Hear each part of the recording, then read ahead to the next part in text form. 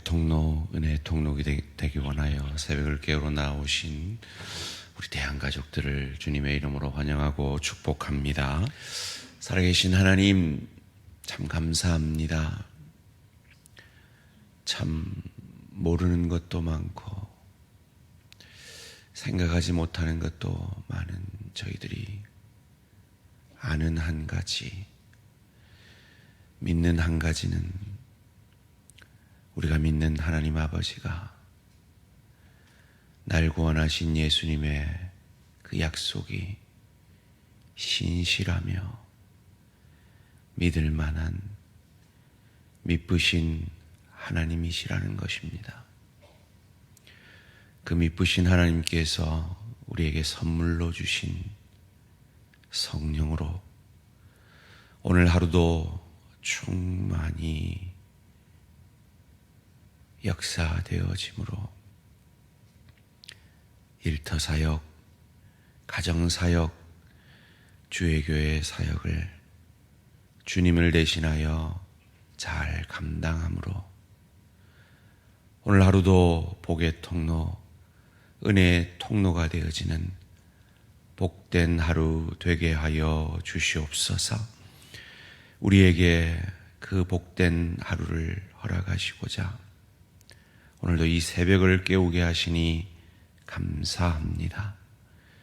이 새벽의 말씀을 통해 내게 이미 임한 이 복, 이 은혜가, 주의 사랑이, 하나님의 놀라우신 축복이 깨달아지게 하시고 그 십자가 사랑의 은혜로 오늘 하루도 사랑하기 힘든 내 동료, 내 가족, 내 지체들을 사랑하며 용서하기 힘든 내 가족, 내 동료, 내 지체들을 용서하며 나는 할 수 없으나 나 같은 죄인을, 나 같은 못난 자를 용서하시고 사랑하여 주신 그 예수 십자가 사랑으로 그 예수의 영이신 성령으로 충만함으로 사랑하며 용서함으로 복의 통로, 은혜의 통로가 되어지는 복된 하루 되게 하여 주시옵소서.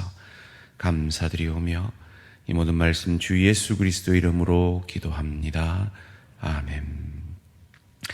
오늘 우리 주신 하나님 말씀 스가랴 8장 18절에서 23절까지 말씀입니다.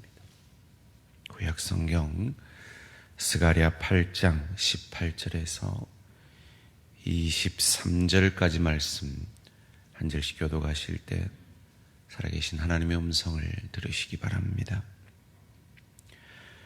만군의 여호와의 말씀이 내게 임하여 이르시되 만군의 여호와가 이같이 말하노라.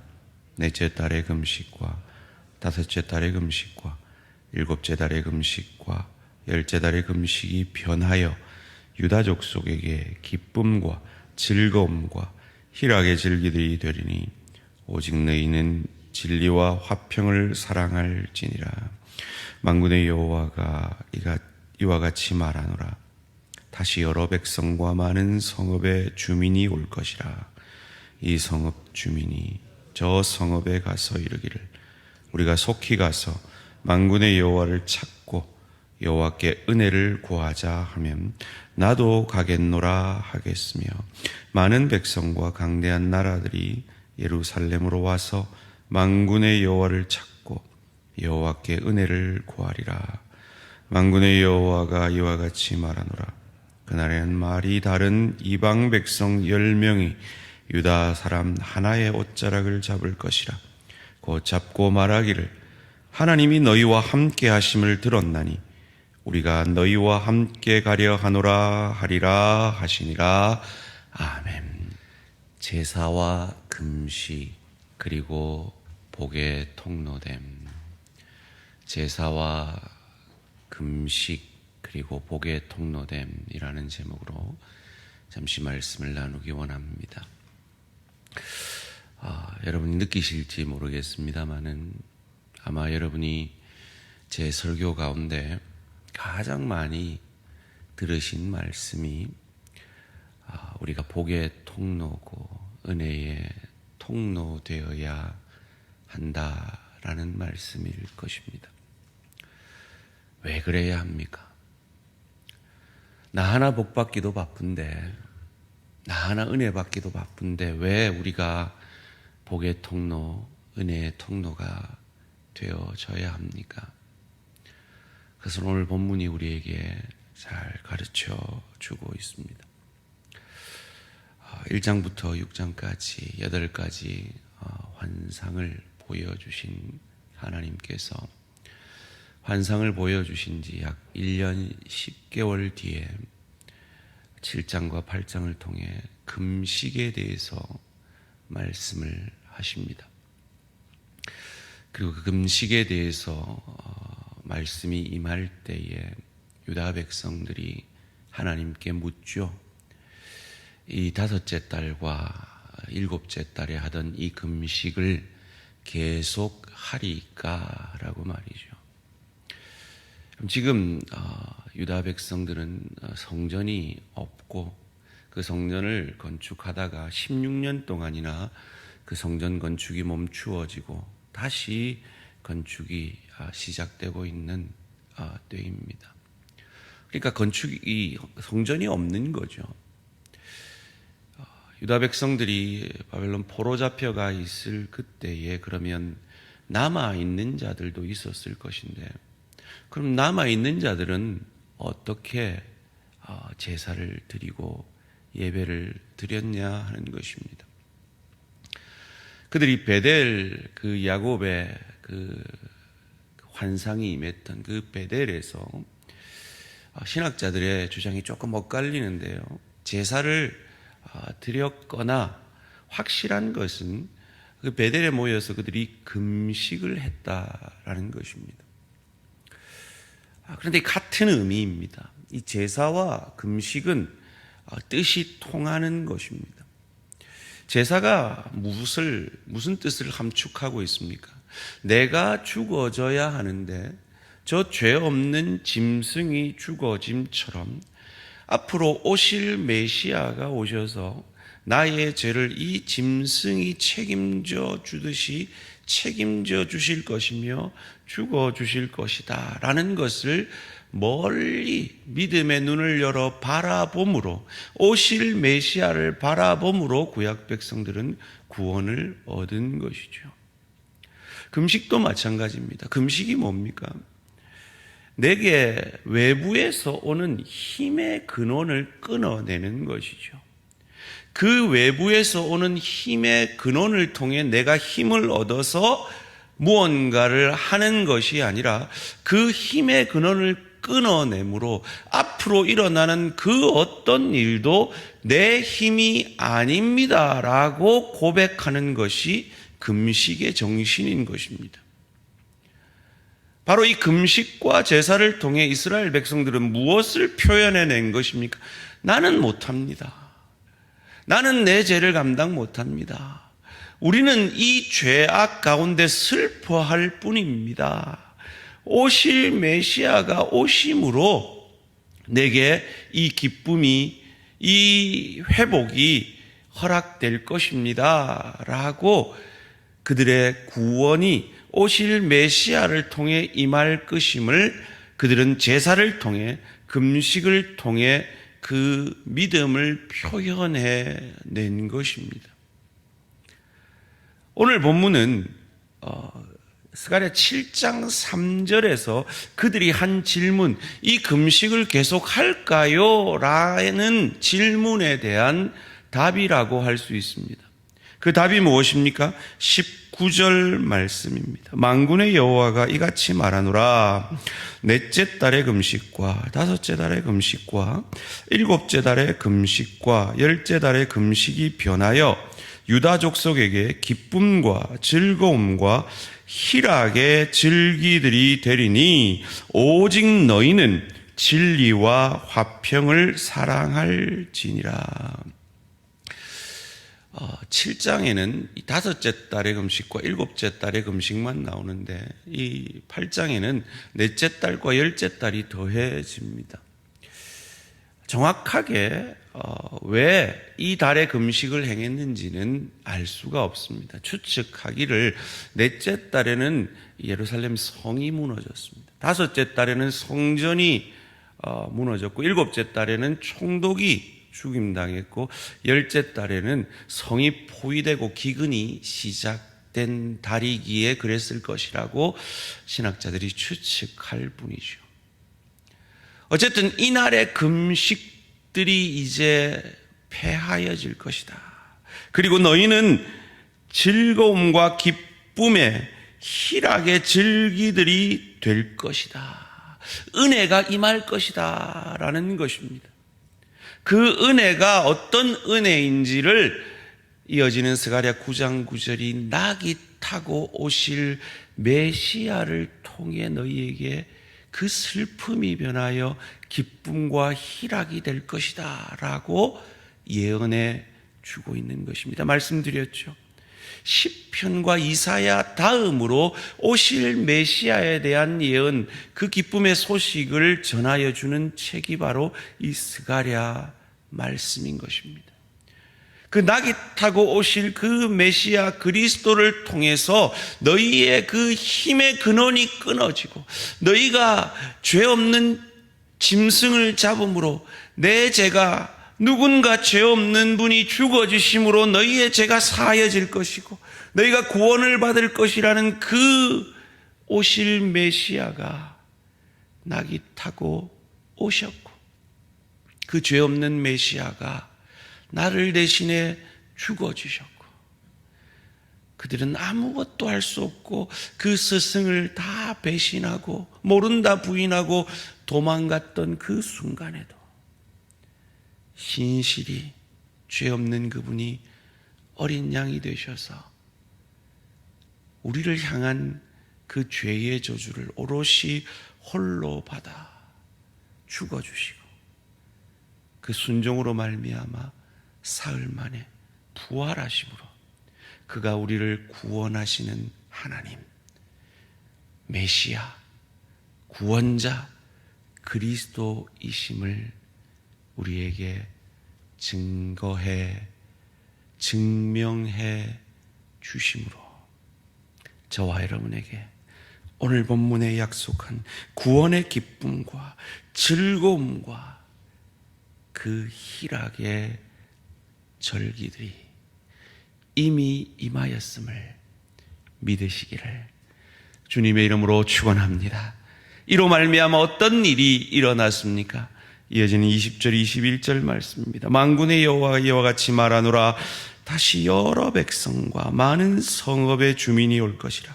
이 성읍 주민이 저 성읍에게 가서 이르기를 우리가 속히 가서 만군의 여호와를 찾고 여호와께 은혜를 구하자 하면 나도 가겠노라 하겠으며. 너희가 그 받은 그 은혜가 나도 그 은혜를 받고 싶다. 나도 그 구원을 받고 싶다. 그 고백을 만들어내는 그 은혜. 그것이 어찌 가능합니까? 내가 그 은혜 받고 내가 그 복 받고 내 배만 불려가지고는 이 고백이 안 나오는 거예요. 전하는 거죠. 마치 가장 비참한 인생을 살았던 그 사마리아 여인이 그 구원의 하나님, 그 메시아 그리스도를 만난 이후에 그의 물동이를 버려두고 그의 생명줄을 버려두고 내가 구원자를 참 생명을 얻었노라 만났노라 세상에 나아가서 그 은둔자로 살던 그 우울증으로 살던 그이가 그 사람을 회피하고 그들을 외면하던 그이가 그들에게 나아가 그에게 임한 은혜와 복을 전하였던 것처럼 말이죠. 그리고 이 은혜가 그들에게만 머물지 아니하고 유다 백성들이 복의 통로, 은혜의 통로가 되어질 때 많은 이방으로까지 흘러갈 것임을 이어지는 22절 23절이 이렇게 가르쳐 줍니다. 많은 백성과 강대한 나라들이 예루살렘으로 와서 만군의 여호와를 찾고 여호와께 은혜를 구하리라. 만군의 여호와가 이와 같이 말하노라. 그날에는 말이 다른 이방 백성 10명이 유다 사람 하나의 옷자락을 잡을 것이라. 곧 잡고 말하기를 하나님이 너희와 함께 하심을 들었나니 우리가 너희와 함께 가려 하노라 하리라 하시니라. 아멘. 이 이방 백성이 누구입니까? 바로 저와 여러분이지 않습니까? 그러기에 우리도 10명을 구원하는 하나님의 사람들 되어지시기를 주님의 이름으로 축원합니다. 복의 통로, 은혜의 통로가 되어짐으로 유대 백성 한 사람의 그 옷자락을 10명의 이방인이 잡듯이 화요전도대를 통해, 토요전도대를 통해, 귀한 가정사역을 통해, 일터사역을 통해 여러분에게 임한 그 구원의 은혜, 여러분을 책임져 주신 그 하나님의 사랑, 그 충만한 축복의 통로가 되어지시기를 주님의 이름으로 축원합니다. 어제 참 감격적인 이야기를 들었습니다. 어느 초등학교 교장 선생님이 어느 1학년 교사 선생님을 향하여서 그 공개적인 조례 자리에서 그 반 아이들을 보면서 너희는 좋겠다, 이런 선생님 만나서 라고 공개적인 장소에서 선언을 하셨다는 거예요. 제가 그 말을 듣고 얼마나 감격이 되든지, 그런 분이 우리 교인이라는 것이 얼마나 감격이 되든지, 그것이 바로 여러분이 복의 통로, 은혜의 통로가 되어짐으로 내게 임한 그 복음이 얼마나 놀라운 축복인지를 증명해내는 방식인 것입니다. 사랑하는 성도님들, 오늘도 여러분 일터로 사역하러 나아가실 것입니다. 여러분 사역자입니다.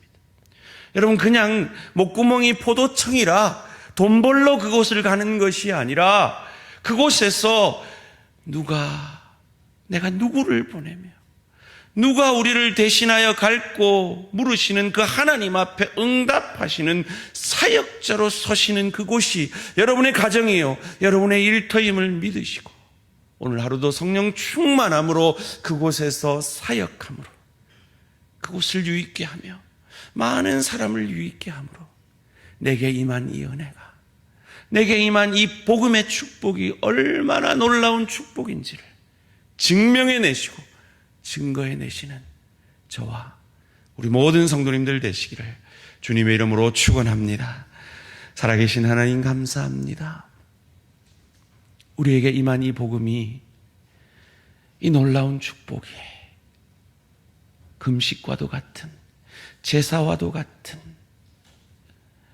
내 죄를 위해 저 죄 없는 짐승이 죽어진 것 같이 나는 내 힘의 근원을 끊어버렸는데 내게 이 놀라운 은혜가, 이 구원의 축복이 임한 이 감격이, 이 십자가의 은혜가 오늘도 우리를 주관함으로 예수의 영이신 성령으로 충만하여서 일터로 나아가, 가정으로 나아가 내게 임한 이 복이 얼마나 놀라운 축복인지를 내 가족에게, 내 동료에게, 내 지체에게 증거해내므로 10사람의 이방인이 내 옷자락을 잡고 나도 그 예수 믿고 싶다, 나도 네가 믿는 그 하나님 믿고 싶다는 그 고백을 받아낼 수 있는 성령 충만한 우리 모든 대한가족들 되어질 수 있도록 은혜 내려 주시옵소서. 감사드리오며 이 모든 말씀 주 예수 그리스도 이름으로 기도합니다. 아멘. 하늘에 계신 우리 아버지여, 이름이 거룩히 여김을 받으시오며 나라가 임하시며 뜻이 하늘에서 이루어진 것 같이 땅에서도 이루어지이다. 오늘 우리에게 일용할 양식을 주시옵고 우리가 우리에게 죄 지은 자를 사하여 준 것 같이 우리 죄를 사하여 주시옵고 우리를 시험에 들게 하지 마시옵고 다만 악에서 구하시옵소서. 나라와 권세와 영광의 아버지께 영원히 있사옵나이다. 아멘. 오늘은 평지교회 정중수 목사님을 위해 기도해 주시기 바랍니다. 첫 번째로 지역사회를 사랑으로 잘 섬기는 교회 되게 하소서. 두 번째로 어린이 사역을 통해 다음 세대가 잘 세워져 가게 하소서. 세 번째로 건강이 약한 중에도 하나님 의지하여 믿음으로 잘 섬기게 하소서. 지역사회와 어린이 사역 그리고 연약한 건강을 위해서 평지교회 정중수 목사님을 위해서 기도해 주시기 바랍니다. 오늘 하루도 승리하시기 바랍니다.